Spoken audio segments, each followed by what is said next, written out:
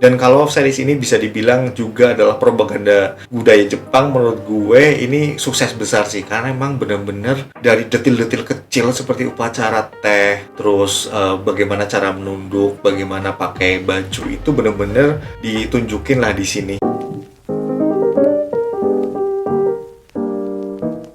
Halo Sobat Prak, ketemu lagi sama gue Patriot Ulul. Setelah sebelumnya gue review 2 film horor Indonesia ya, yaitu Badara Wuhi dan juga Siksa Kubur. Kali ini gue mau ke satu series yang memang most anticipated dari awal tahun 2024. Apalagi kalau bukan Shogun yang tayang di Disney Plus dan Hulu, kalian bisa tonton juga di situ. Dan di sini sebenarnya adalah remake ya dari original versionnya tahun 1990 dengan judul yang sama, tapi hanya 5 episode ya. Cuma memang di versi tahun 1990-nya itu satu episode itu bisa 2-3 jam, sementara di sini dibikin 10 episode dengan roughly 1 jam per episode ya. Dan untuk bisa menikmati versi tahun 2024-nya, sebenarnya kita nggak perlu nonton versi originalnya ya tahun 1990-nya, karena emang gapnya udah 5 abad sendiri dan jelas gap teknologinya itu udah beda banget lah sama yang dibandingin tahun 2023. Sementara yang versi originalnya itu dia itu shooting di Jepang, sementara untuk yang ini syutingnya adalah di Kanada. Dari awal emang series ini salah satu most anticipated series ya, yang tayang di awal tahun 2024. Dari bintang-bintangnya aja udah nggak kaleng-kaleng ya. Ada Hiroyuki Sanada yang kita tahu main sebagai Scorpion di film Mortal Kombat. Terus juga ada Tadanobu Asano yang gue paling memorable, dia main di film Silence tahun 2016. Terus juga ada Anna Sawai, terus ada Cosmo Jarvis, Fumine Kaido, dan masih banyak lain. Dan karena memang sebanyak itu bintang-bintang yang main di series ini sih. Dan masih banyak sebenarnya supporting karakter yang sebenarnya punya role nggak kaleng-kaleng juga, punya role yang signifikan dan krusial sepanjang series ini ya. Karena emang series ini nggak one person dominated series ya, artinya ceritanya emang nggak didominasi oleh satu orang aja. Walaupun main karakternya adalah Toranaga Sama atau yang di sini diperankan oleh Hiroyuki Sanada, tapi peran-peran lain di sini juga mendominasi, ikut driving story-nya secara keseluruhan. Jadi pusatnya memang di Toranaga, tapi Toranaga nggak mendriving seluruh story-nya di sini. Karena bahkan ada satu supporting karakter ya, spoiler alert, di sini namanya Kiku, seorang wanita penghibur yang juga ternyata punya significant role yang driving story-nya juga di sini.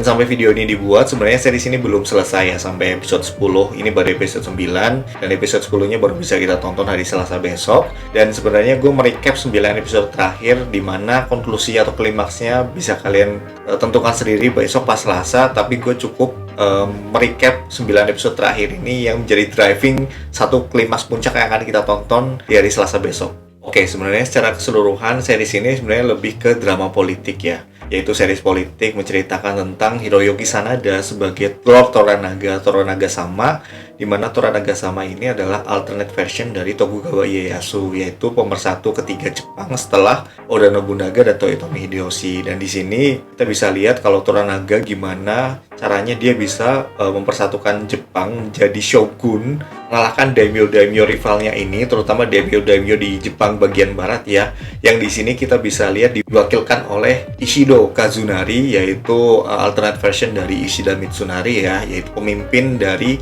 pasukan barat yang menentang banget Tokugawa Ieyasu ini untuk menjadi shogun, karena dia salah satu pendukung dari Toyotomi Hideyoshi yang ingin anaknya yaitu Hideyori ini naik tahta, bukan malah Tokugawa Ieyasu yang dianggap sebagai usurper lah di sini. Memang di series ini tuh kita diperlihatkan ya bagaimana Toranaga ini berjuang dengan trik politiknya supaya bisa untuk meraih apa yang ingin dia dapatkan ya. Terutama ketika Five Elder Regent ini seperti pengen impeach dia atau memakzulkan dia. Terus juga ada bawahan-bawahannya atau daimyo-daimyo bawahannya dia yang bisa dibilang main dua kaki lah, atau ingin berkhianat pada dia sebenarnya dengan membina komunikasi dengan Kazunari ini atau Ishido ini.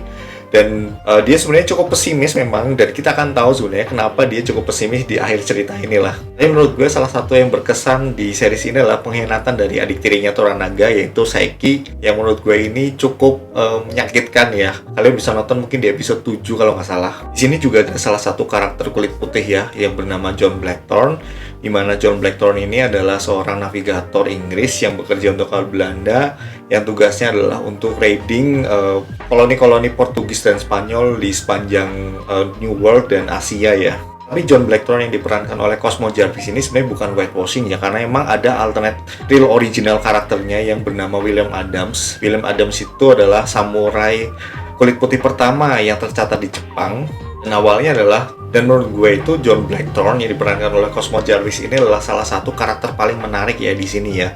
Karena emang dia salah satu karakter yang driving the whole story ya. Dimana sering berjalannya cerita ya, dia tuh punya hubungan yang love-hate relation dengan Toranaga, terus ada Mariko, terus juga ada Buntaro ya. Yang gue suka di series ini adalah sebenarnya nggak cuma penjiwaannya yang kuat ya dari tiap-tiap karakter. Silakan lu lihat sendiri, tapi menurut gue itu actingnya udah bener-bener oke banget. Tapi mereka juga punya subplot yang sangat sentimental lah. Contohnya di sini adalah subplot dari Nagakado ya, yaitu anak dari Toranaga sama yang punya daddy's issue lah, bisa dibilang ayahnya nggak terlalu percaya sama dia ingin membuktikan sesuatu yang malah akhirnya memperkeruh suasana lah, yang bisa lo tonton terutama di episode 4 ya, dimana dia ngebunuh Nebara Josen, lumayan kejam juga sih dia sih.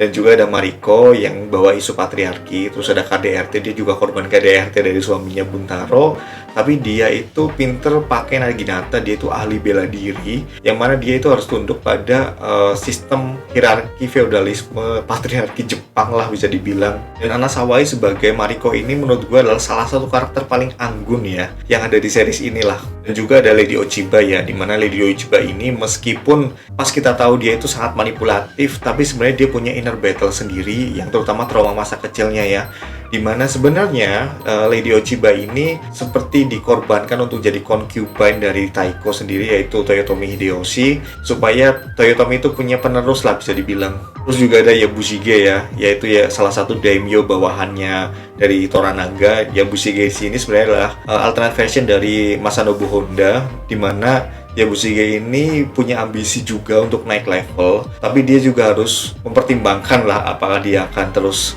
setia pada Toranaga atau berpindah pada Ishido, karena emang kekuatannya sangat berbeda ya. Di sini Yabushige salah satu karakter yang lovable lah bisa dibilang, untuk perpolitikannya dia itu oke banget lah. Ada beberapa episode yang menurut gue ini cukup memorable ya, yaitu di episode 4 ketika Nebara Josen ini dibunuh sama Nagakado pakai meriam, itu lumayan gory. Terus juga ada Hiromatsu yang akhirnya harus seppuku karena dia itu melanggar atau tidak ingin menurut pada Toranaga. Terus juga terakhir yang menurut gue paling badass adalah ketika Mariko ini lawan seluruh samurai dari Ishido ini ya pakai naginata, dimana dia itu seorang cewek dan dia itu benar-benar bisa representing kalau dia itu anggun tapi dia juga berbahaya ya. Dan Mariko ini sebenarnya adalah alternate version dari Hosokawa Gracia ya, salah satu tokoh wanita Katolik di Jepang yang dia tidak punya good ending ya, bisa kalian lihat sendirilah.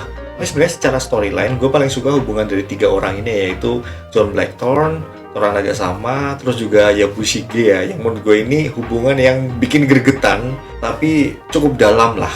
Jujur visual di film ini atau di series ini itu cukup gloomy ya, dengan banyak berkabut, banyak visual yang grey. Bahkan di Osaka sendiri tuh kayaknya gelap, nggak ada matahari gitu loh. Cuma ada satu scene di mana Mariko dan John Blackthorne ini sering ngobrol, yaitu di tebing pantai. Itu aja yang agak sedikit shiny sih, ada matahari lah. Ya sedikit intermezzo lah. Daerah Kanto yang di sini tuh digambarkan emang sangat-sangat gloomy sih. Dan kalau series ini bisa dibilang juga adalah propaganda budaya Jepang, menurut gue ini sukses besar sih, karena emang bener-bener dari detil-detil kecil seperti upacara teh, terus bagaimana cara menunduk, bagaimana pakai baju, itu bener-bener ditunjukin lah di sini.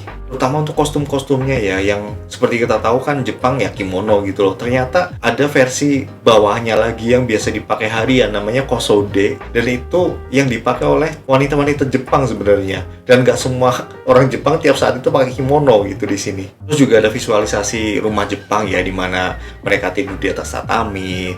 Terus juga kebiasaan dari orang Jepang itu sendiri yang suka berendam air panas di onsen, dan memang ya mereka nggak pakai baju sama sekali aslinya. Untuk bahasa di sini juga gue merasakan kayaknya bahasanya formal ya, bahasa-bahasa feodal gitulah. Mungkin kalau di Jawa itu kayak kromo, inggil ya, atau bahasa keraton yang lebih tinggi lah. Dan setelah gue search juga, ternyata memang skrip di film ini itu nggak dibikin secara serampangan ya. Artinya memang setelah gue riset ya, jadi versi bahasa Inggris dari skrip dari series tersebut itu sebenarnya memang dikirim dulu ke Tokyo untuk diedit oleh ahli dari bahasa dan budaya Jepang supaya bisa ngereenact apa yang terjadi di tahun tersebut sih, di tahun setting dari series ini. Itu yang bikin kenapa bahasanya kok terlihat kaku tapi anggun gitu loh.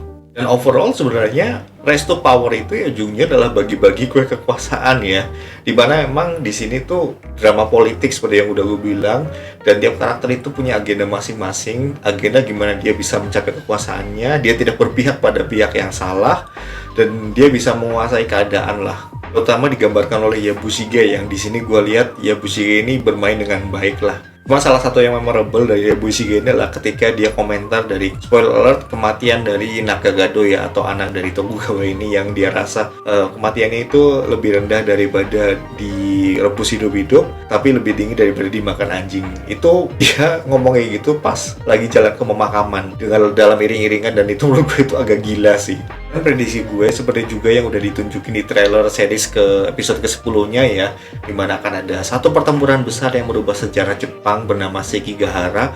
Filmnya juga ada, film tahun 2017 dengan judul yang sama, dan di sini menurut gue akan jadi satu klimaks ya. Dan kalau mungkin lo riset sendiri ya, lo pasti perhatiin kalau Toranaga ini sebenarnya cukup ditakuti oleh 4 region lainnya ya, terutama Ishida Mitsunari atau di sini Ishido Kazunari, karena emang dia adalah salah satu yang paling kaya di antara 4 region tersebut ya, dimana daerah kekuasaannya itu nilainya 2,5 juta koku, atau satu koku itu kalau nggak salah 150 kg beras ya. Mungkin lu kaliin sendiri aja berapa kekayaan yang dihasilkan lah di sana. Tapi secara pasukan, memang pasukan timur ini sebenarnya lumayan lebih kecil ya, outnumber lah bisa dibilang daripada pasukan barat. Selain itu pasukan barat itu pasukan-pasukannya veteran perang Korea ya, atau bisa dibilang veteran kampanye perang Korea zaman Toyotomi Hideyoshi, yang mana secara pengalaman dan secara skill bertempur pasti jauh lebih hebat lah daripada pasukan timur ya, atau roughly pasti akan jauh lebih hebat dari pasukan timur. Itulah mengapa Toranaga ini merasa pesimis, dan bahkan pasal-pasal bawahannya itu merasa pesimis kalau